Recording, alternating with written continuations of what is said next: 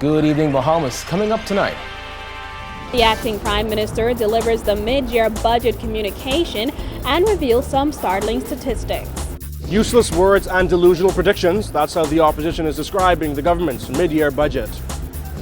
A former opposition leader slams the government's decision to ignore the calls for resignation of 2 MPs.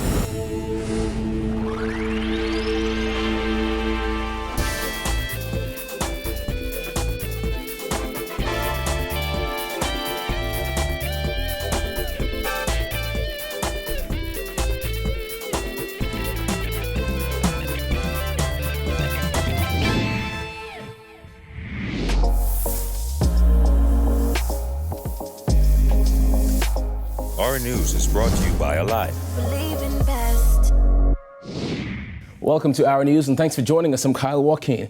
Topping news tonight, the government's revenue projection for the 2018-2019 fiscal period is now forecasted to fall short by $185 million.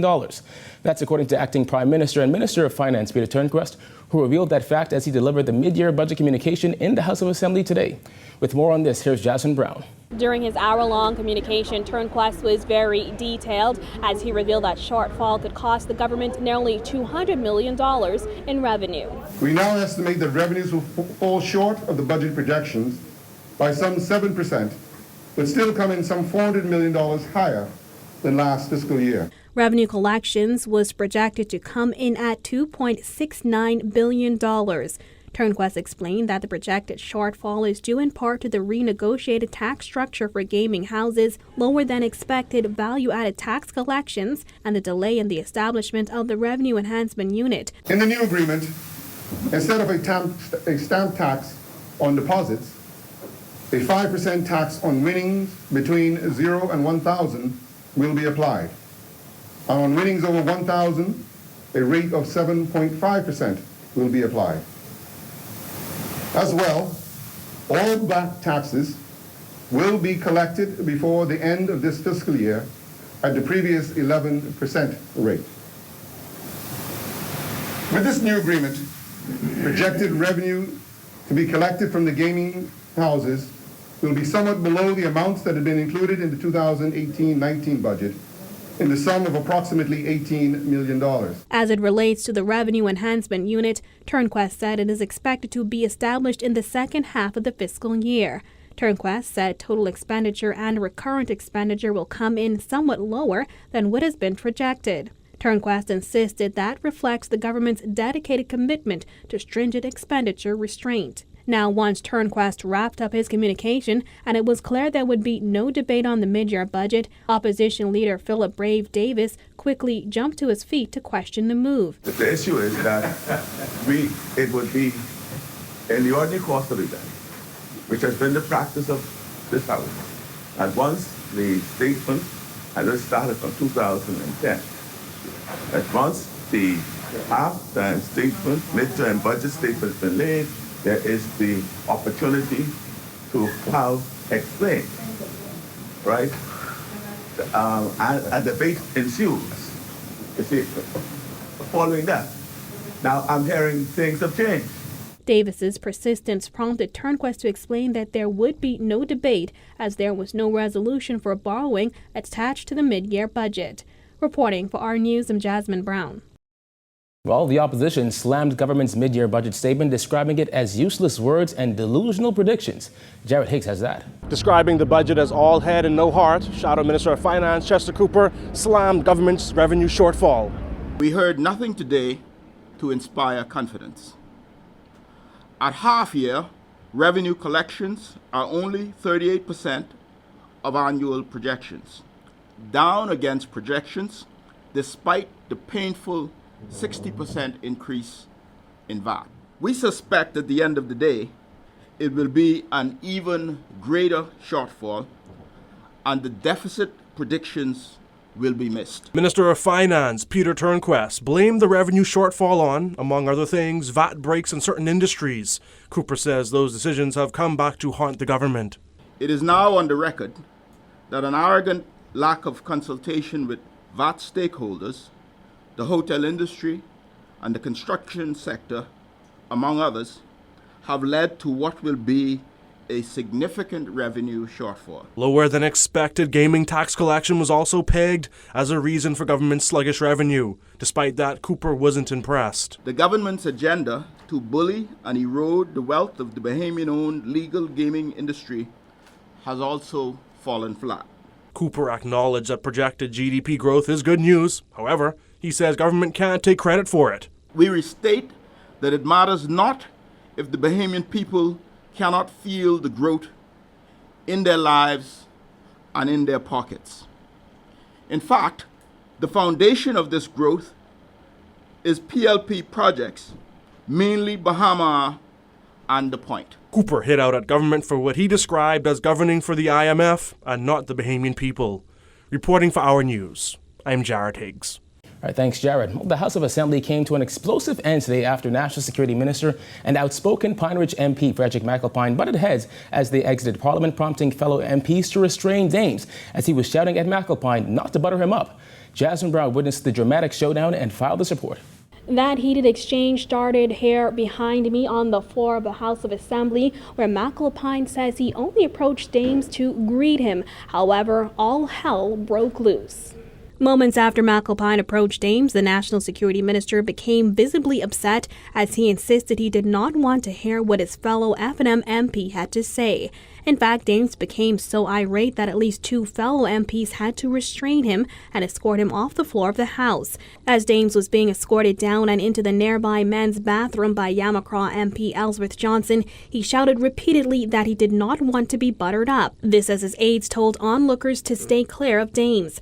Moments after his outburst, a calm Dames emerged from the bathroom and explained that he was tired of the sideshow that has emerged after he and Dr. Dwayne Sands testified in the Frank Smith bribery and extortion case. Listen, I'm here to represent the people of Mount Moriah and as the Minister of National Security, the people of this country.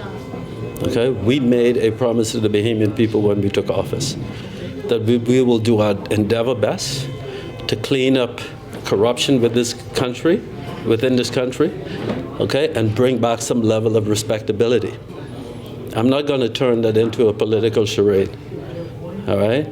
Do you think that's what Mr. McAlpine is trying to do? I don't know what he's trying to do.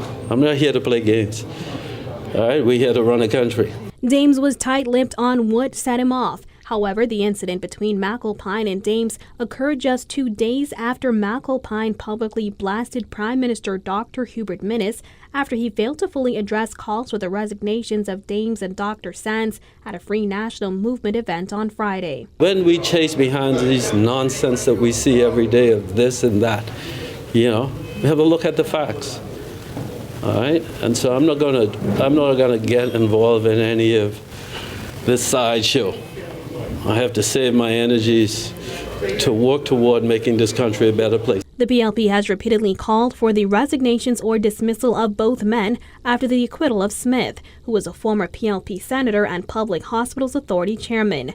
McAlpine was asked about Dames' outburst. The F&M MP, who has been highly critical of his party, says he was taken aback by Dames' reaction as he only went to say hello. I'm not trying to butter him up or anybody else up. I wanted to greet him and speak to him and say, you know, as a colleague, no hard feelings, nothing personal. But of course it escalated to maybe something else. McAlpine went on to insist he is not targeting Dames or Sands, but he does believe the PM needs to address the matter head on. I don't call a judgment or report or what has been said by the judge a sideshow. This is serious business. I'm being honest, forthright, straightforward, and I would hope that is a breath of fresh air for the Commonwealth of the Bahamas. Aren't we tired of bull skaters and people dancing around questions and people not being fair and direct? People looking for honesty at this time. Reporting for Our News, I'm Jasmine Brown.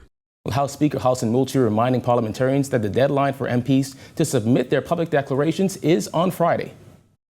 Honorable members, I thought that it would be prudent at this time to direct your minds, while your minds are still engaged with financial matters, to the Public Disclosure Act. I'm holding this document my hand, it is Form A, the second schedule of the Public Disclosure Act of 1976. This document should be completed and returned to the Public Disclosure Commission by the 1st of March. The Public Disclosure Act mandates members of Parliament, senators, senior public officers, and public appointees to declare their assets, income, and liabilities as of December 31st of each year. Before sending out that warning to those who have yet to submit their disclosures, Moultrie informed parliamentarians that he has already disclosed. We are also at another critical stage at this time. As a former meteorologist, when hurricanes approach, you have an alert. Then you have a hurricane watch, and then a hurricane warning. We are at the warning stage now. So you have approximately 48 hours to complete the declaration. In an effort to clamp down on spending of public funds, the Minnis administration is taking a more detailed look at the fiscal stewardship of state-owned enterprises. Some 15.4% of the government's recurrent expenditure is allocated to these state-owned enterprises, which translates to some $398 million. Yet even as their share of the public purse has grown, the framework to obtain the timely, consistent information necessary to assess the value for money obtained by these SOEs simply has not been developed. Turnquist says the Minnis administration intends on changing this starting next month, when government will kick off a project to evaluate the government's state-owned enterprises, including the public corporations, statutory authorities, and commissions, which are funded substantially from the public purse. The finance minister says the project is expected to take place over 3 phases. The first being an analysis of SOEs, authorities, and other quasi-government entities and their operations, so as to provide forward-looking strategies for each entity. The second phase will include the formation of a comprehensive strategy to cost rationalization and cost recovery for state-owned enterprises in line with international best practices, as well as an efficient financial management reporting model. The third stage will include the implementation of the strategic model and the rollout of the new budgeting, accounting, and performance management. In other news, new data suggests a lot of the crimes being committed on the streets of New Providence are being ordered by gang leaders in prison. A recently released study into the Bahamas Department of Corrections is giving a detailed look at life behind the prison walls, what got those inmates there, and exactly where they came from. The 225-page document is the result of a 2016 survey of sentenced inmates at the prison.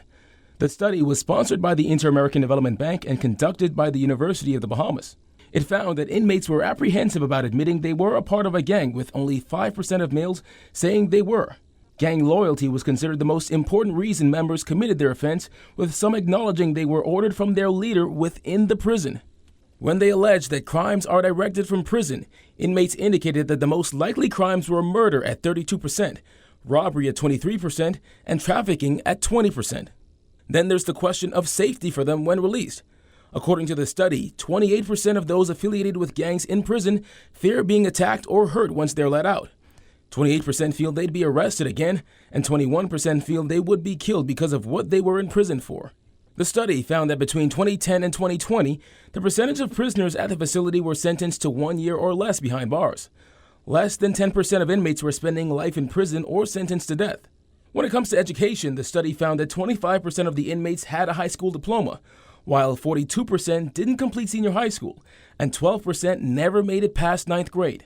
In fact, a quarter of the inmates had been arrested by their 15th birthday. 33% of those accused of murder or attempted murder in the facility never completed high school. The study also found that 60% of inmates were born in New Providence, about 8% born in Grand Bahama, 10% of them born in Jamaica, and 8% born in Haiti. But if we were to zoom in on Nassau, the study breaks down where these inmates came from by constituency. Areas like Fox Hill, Anglerston, Bain and Grantstown, Pinewood Gardens, and even Carmichael in red, showing the areas most common for where these inmates lived before being imprisoned. So what do these inmates spend their day doing? Half of the male and female population in the prison spend their time doing some sort of labor. Nearly a quarter of the males and 18% of the females spend most of their days sleeping. And when it comes to communicating with their relatives, 26% of inmates say they talk to their relatives every day. 22% say they talk to their family at least once per week, and 21% of them settle for once per month. The study found that most inmates already have life after their sentence on their mind, including where they would stay and where they would work. Still to come, why the opposition leader says government shouldn't take Moody's austerity advice. Plus, a former opposition leader slams government silence for 2 ministers' resignations. Stay tuned.